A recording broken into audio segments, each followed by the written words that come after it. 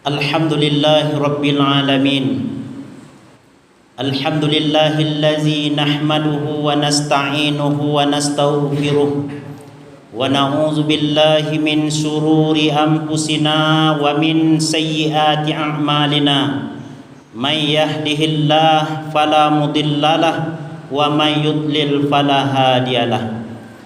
Asyhadu an la ilaha illallah wahdahu la syarikalah, lahul mulku wa lahul hamdu yuhyi wa yumit wa huwa ala kulli syai'in qadir.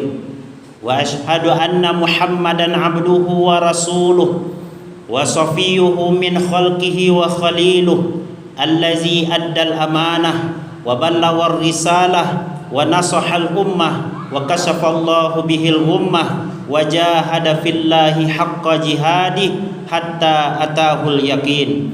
Allahumma salli wa sallim wa zid wa an'im wa barik wa karrim ala sayyidina Muhammad wa ala alihi wa ashabihi ajma'in. Wardallahumma ala arba'atil khulafa'ir rasyidin Abi Bakri wa Umar wa Utsman wa Ali wa ala baqiyatis sahabati wat tabi'in wa tabi'it tabi'in wa man tabi'ahum bi ihsanin ila yaumiddin. Amma ba'du fa ya ibadallah, usikum wa nafsi bi taqwallahi wa ta'atihi la'allakum tuflihun. Ittaqullaha haqqa tuqatih wa la tamutunna illa wa antum muslimun. Qala Allah ta'ala fi kitabihil karim wa huwa asdaqul qailin. A'udzu billahi minasy syaithanir rajim. Bismillahirrahmanirrahim. Ya ayyuhallazina amanu dkhulu fis-silmi kaffah wa la tattabi'u khutuwatis syaitan innahu lakum aduwwum mubin. Shadaqallahul azim. Ma'asyiral muslimin, jamaah Jumat rahimani wa rahimakumullah. Setinggi puji sedalam syukur senantiasa kita haturkan kehadirat Allah dengan mengucapkan alhamdulillahi rabbil alamin atas segala nikmat dan karunia yang masih diberikan oleh Allah Subhanahu wa taala kepada kita. Hingga saat sekarang ini dengan izin Allah kita telah dapat melangkahkan kaki dan mengayunkan tangan datang ke tempat yang mulia ini, yaitunya rumah Allah, masjid, dan juga bertepatan dengan hari yang sangat mulia, itulah hari Jumat. Mudah-mudahan berdoa kita kepada Allah, mengharap kita kepada Allah, semoga amal ibadah yang telah kita kerjakan selama ini, yang sedang kita lakukan maupun yang akan kita laksanakan, diterima sebagai amalan soleh di sisi Allah dan dibalasi dengan balasan yang berlipat ganda. Amin ya rabbal alamin. Salawat dan salam kita mohonkan kepada Allah semoga disampaikan semisal pahalanya buat seorang reformis Islam, figur sentral umat, suri tauladan bagi kita semuanya. Beliau adalah Nabi besar Muhammad sallallahu alaihi wasallam dengan mengucapkan Allahumma salli ala sayyidina Muhammad wa ala ali sayyidina Muhammad. Khatib juga tidak lupa untuk senantiasa menyampaikan wasiat takwa. Mari sama-sama kita tingkatkan keimanan dan ketakwaan kita kepada Allah, karena iman dan takwa adalah bekal yang paling utama yang akan kita bawa menghadap Allah Subhanahu wa taala. Wa tazawwadu fa inna khairaz zadi taqwa. Allah mengatakan di dalam Al-Qur'an, berbekallah kamu karena bekal yang paling utama adalah ketakwaan kepada Allah Subhanahu wa taala. Ma'asyiral muslimin, jamaah Jumat rahimani wa rahimakumullah, untuk meningkatkan iman dan ketakwaan kita kepada Allah Subhanahu wa taala, marilah kita renungkan sebuah hadis Nabi sallallahu alaihi wasallam yang diriwayatkan oleh Imam At-Tirmizi atau Imam At-Tirmizi dari sahabat Abdullah bin Umar atau Ibnu Umar radhiyallahu anhuma. Ibnu Umar berkata, "Kuntu ma'an Nabi sallallahu alaihi wasallam." Saya bersama dengan Nabi sallallahu alaihi wasallam. Iz ja'ahu rajulun minal ansar. Ketika itu datang seorang laki-laki dari kalangan Ansar. Fasallama ala Nabi sallallahu alaihi wasallam. Kemudian laki-laki ini mengucapkan salam kepada Nabi sallallahu alaihi wasallam. Setelah salamnya diucapkan, dijawab oleh Rasulullah sallallahu alaihi wasallam, kemudian laki-laki ini bertanya kepada Nabi sallallahu alaihi wasallam. Apa pertanyaan laki-laki ini kepada Nabi sallallahu alaihi wasallam? Yang pertama, ya Rasulullah, wahai Rasulullah, ayyul mu'minina afdal? Wahai Rasul, siapakah orang beriman, orang mukmin yang paling utama?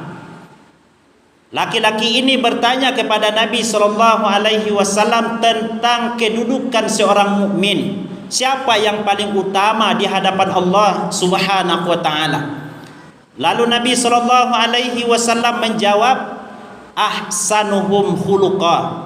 Orang beriman yang paling utama, kata Nabi, adalah orang beriman yang paling bagus akhlaknya.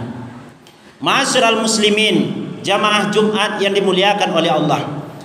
Parameter dalam Islam diantaranya adalah akhlak mulia. Kenapa akhlak mulia? Karena diantara alasannya Nabi SAW diutus adalah untuk menyempurnakan akhlak manusia. Bu'istu liutammima makarimal akhlak, kata Nabi, saya diutus untuk menyempurnakan akhlak manusia. Dan bahkan di dalam Al-Quran pun Nabi SAW dijadikan sebagai suri tauladan oleh Allah Subhanahu wa taala yang harus kita ikuti.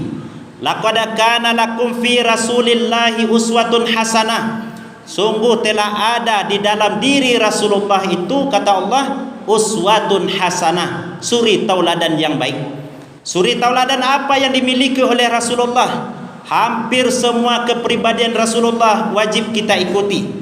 Di antara yang paling utama dan pokok, Allah mengatakan dalam Quran surah yang ke-68 ayat yang ke-4, wa innaka la'ala khuluqin azim. Engkau Muhammad benar-benar berada di atas akhlak yang mulia. Maka oleh karena itu, ma'asyiral muslimin, akhlak mulia adalah bagian cerminan dari pribadi orang yang beriman kepada Allah Subhanahu wa taala.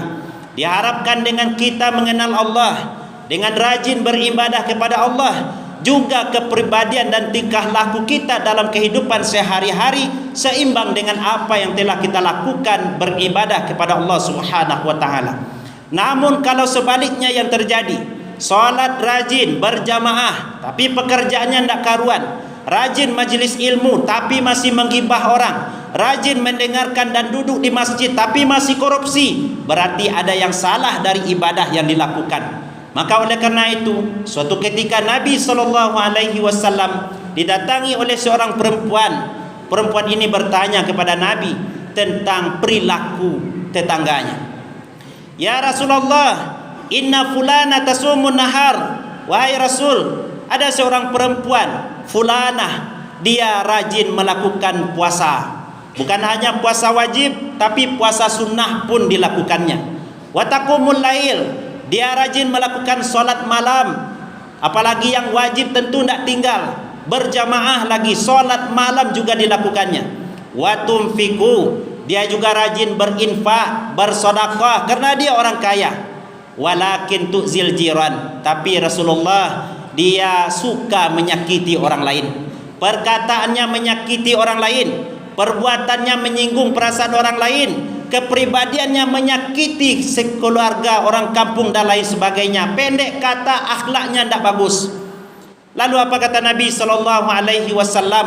Orang seperti itu walaupun rajin sholat, rajin puasa, rajin infak, tapi kalau masih mengganggu orang lain, zalim kepada orang lain, la khaira fiha, tidak ada kebaikan yang dilakukannya, kata Nabi.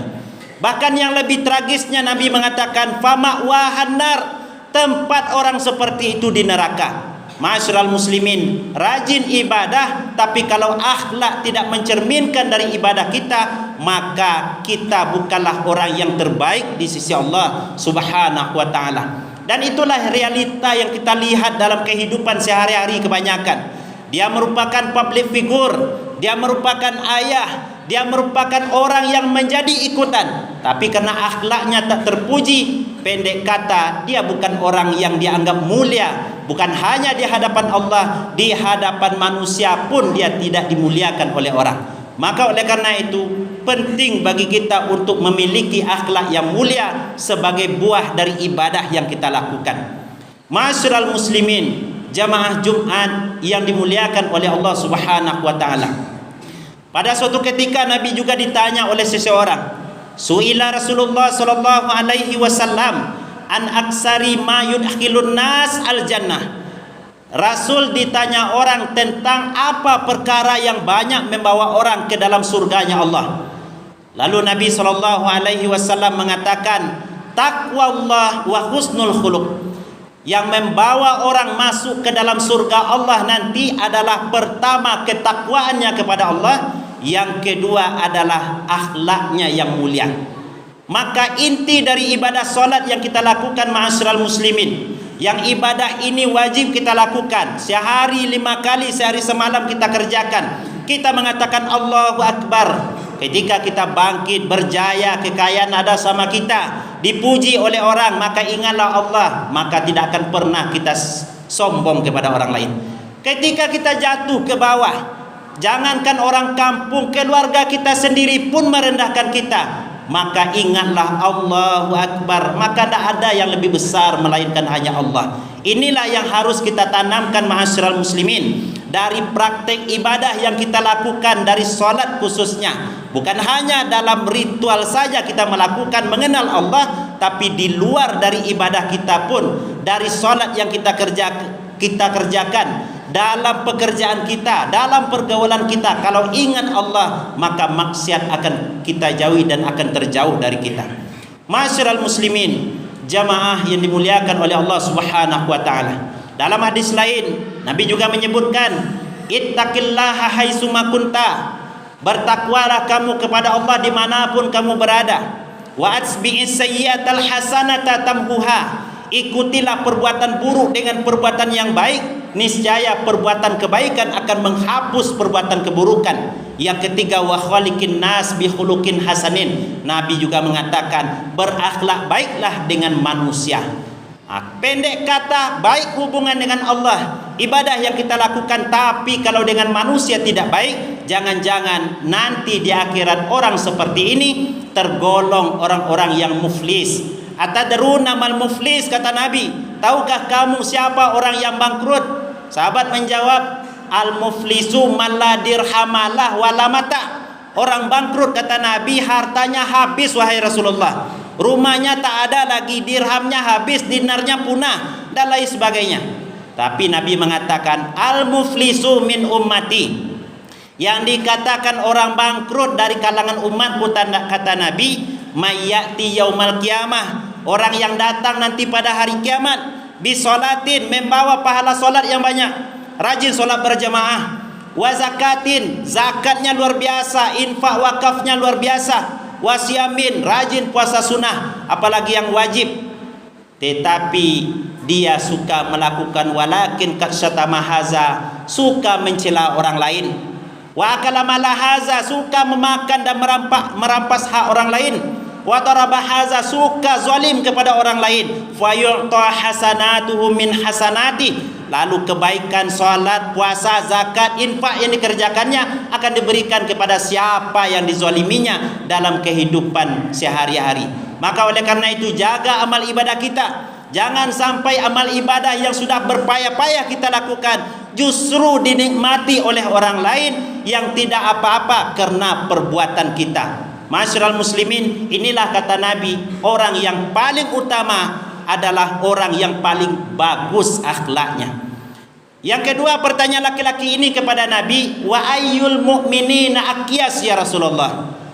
Kalau tadi orang yang paling utama itu orang yang paling bagus akhlaknya, yang kedua pertanyaan laki-laki kepada Nabi ini adalah, siapa orang yang paling cerdas wahai Rasulullah? Nabi tidak menjawab dengan mengatakan orang yang sekolahnya S1, S2, S3, orang yang sekolahnya luar negeri, tidak. Tapi Nabi mengatakan aksaruhum lil mauti zikra, orang yang banyak mengingat mati. Kenapa orang yang banyak mengingat mati disebut sebagai orang yang cerdas? Karena dia berpikir bukan hanya untuk sampai di dunia, tapi sampai ke akhirat pikirannya. Dengan sampai ke akhirat pikirannya, maka seluruh aktivitas yang dilakukannya tak lain dan tak bukan semuanya adalah ibadah kepada Allah. Bangun tidur yang diingat Allah, dalam bekerja bismillahirrahmanirrahim yang diingat Allah, mau tidur pun khatam Al-Quran, membaca ayat kursi, berdoa kepada Allah yang diingat Allah. Maka ketika itu sudah kita lakukan, berarti kita sudah mendapatkan tempat tertinggi di sisi Allah Subhanahu wa taala berdasarkan lisan Rasulullah bahwa kita termasuk orang yang cerdas. Tapi jangan menjadi orang-orang yang hanya sekedar mengingat kematian. Ingat mati ya, tapi solat tak datang juga ke masjid. Ingat mati ya, tapi solat 5 waktu lalai dalam mengerjakannya. Ini hanya sekedar ingat yang pura-pura. Tapi kalau orang betul-betul mengingat kematian, Nabi mengatakan, "Lau ta'lamuna ma a'lamu." Kalau kalian tahu anan ambo ketahui, la dahiktum qalila wa la bakaitum katsira. Kalian akan sedikit tertawa dan kalian akan lebih banyak menangis. Kenapa lebih banyak menangis? Karena yang difikirkan akhirat. Ketika seorang mukmin melakukan perbuatan zalim, melangkah kakinya kepada yang zalim, melakukan aniaya kepada orang lain, kalau ingat dia mati, dia tidak akan mau melakukan kezaliman tersebut. Kenapa demikian? Karena kedudukan akhirat, walal akhiratu khairul laka minal ula, lebih tinggi dari dunia. Kita hidup di dunia ini, ma'asyiral muslimin, hanya umur yang pendek, diberikan kesempatan yang sedikit. A'maru ummati ma baina sittin ila sab'in wa aqalluhum ma yajuzu zalika, kata Nabi. Umur umatku antara 60 dan 70 tahun, sedikit yang lebih daripada itu. Dengan umur yang pendek yang diberikan oleh Allah, melalaikan orang dari beribadah kepada Allah, maka dia termasuk orang yang rugi, kata Allah. Ya ayyuhallazina amanu la tulhikum amwalukum wala auladukum an zikrillah wa may yaf'al dzalika fa ulaika humul khasirun. Wahai orang-orang beriman, jangan sampai hartamu, anak-anakmu melalaikan kamu dari mengingat Allah. Kalau gara-gara harta, gara-gara anak membuat orang lalai dari mengingat Allah, membuat orang jauh dari Allah, faulaika humul khasirun, mereka adalah orang-orang yang rugi, kata Allah. Agar kita tidak mendapati kerugian dalam kehidupan di dunia ini, maka lakukanlah aktivitas kita ibadah kepada Allah. Lakukanlah perintah yang diperintahkan oleh Allah dan tinggalkan semua yang dilarang oleh Allah Subhanahu wa taala. Yang kedua, orang yang cerdas, kata Nabi, adalah wa ahsanuhum lima ba'dahu isti'dada. Orang yang paling banyak bekalnya untuk dibawa ke akhirat. Maka ma'asyiral muslimin, jamaah yang dimuliakan oleh Allah, alangkah ironisnya orang ketika sudah 40 tahun umur, 50 tahun umur, 60 tahun umur, yang takana masih bampu, yang takana masih mabuk-mabuk, harusnya yang takana adalah akhirat. Kenapa demikian? Karena makin ke ujung umur kita, semua nikmat yang ada di badan kita itu akan ditarik oleh Allah Subhanahu wa taala. Kenapa ditarik oleh Allah? Yang badan kita dulu kekar, sekarang sudah mulai kendor. Yang dulu telinga ini jalan untuk mendengar sesuatu yang jauh, sekarang sudah susah mendengar yang dekat pun. Kenapa ditarik oleh Allah? Agar kita semakin dekat dengan Allah Subhanahu wa taala. Maka alangkah ironisnya orang ketika umur diberikan panjang oleh Allah, tapi dipergunakan untuk kemaksiatan di jalan Allah Subhanahu wa taala. Mudah-mudahan hadis yang pendek ini bisa menjadi renungan bagi kita dalam kehidupan sehari-hari, sehingga bisa meningkatkan keimanan dan ketakwaan kita kepada Allah Subhanahu wa taala. Fa'tabiru ya ulil absar la'allakum turhamun. Alhamdulillahillazi anzalal Qur'an hudan linnas wa bayyinatin minal huda wal furqan. Asyhadu an la ilaha illallah wahdah la syarikalah wa asyhadu anna Muhammadan abduhu wa rasuluh sallallahu alaihi wasallam. Allahumma fassalli wa sallim wa barik ala sayyidina Muhammad wa ala alihi wa ashabihi ajmain.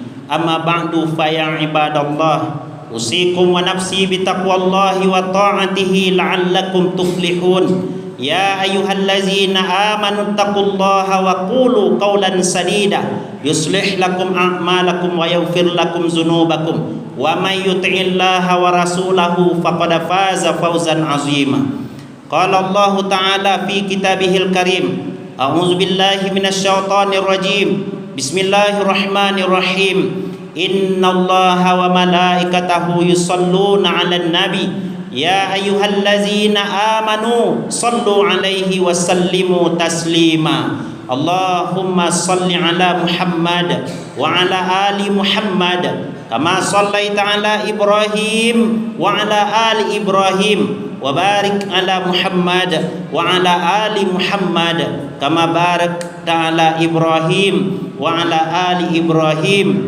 في العالمين إنك حميد مجيد اللهم اغفر للمؤمنين والمؤمنات والمسلمين والمسلمات الأحياء منهم والأموات إنك سميع قريب مجيب دعوات ويا قاضي الحاجات يا رب العالمين اللهم انصر من نصر الدين واخذل من خذل المسلمين وأهلك الكفرة والمبتدعة والمشركين ودمر أعداءك أعداء الدين وألف بين قلوب المؤمنين اللهم أحينا بالإيمان وأمتنا بالإيمان واحشرنا بالإيمان وأدخلنا الجنة مع الإيمان ربنا فاغفر لنا ذنوبنا وكفر عنا سيئاتنا وتوفنا مع الأبرار ربنا ظلمنا أنفسنا وإن لم تغفر لنا وترحمنا لنكونن من الخاسرين ربنا آتنا في الدنيا حسنة وفي الآخرة حسنة وقنا عذاب النار عباد الله إن الله يأمر بالعدل والإحسان وإيتاء ذي القربى وينهى عن الفحشاء والمنكر والبغي يعظكم لعلكم تذكرون ولذكر الله أكبر أقيموا الصلاة لذكر الله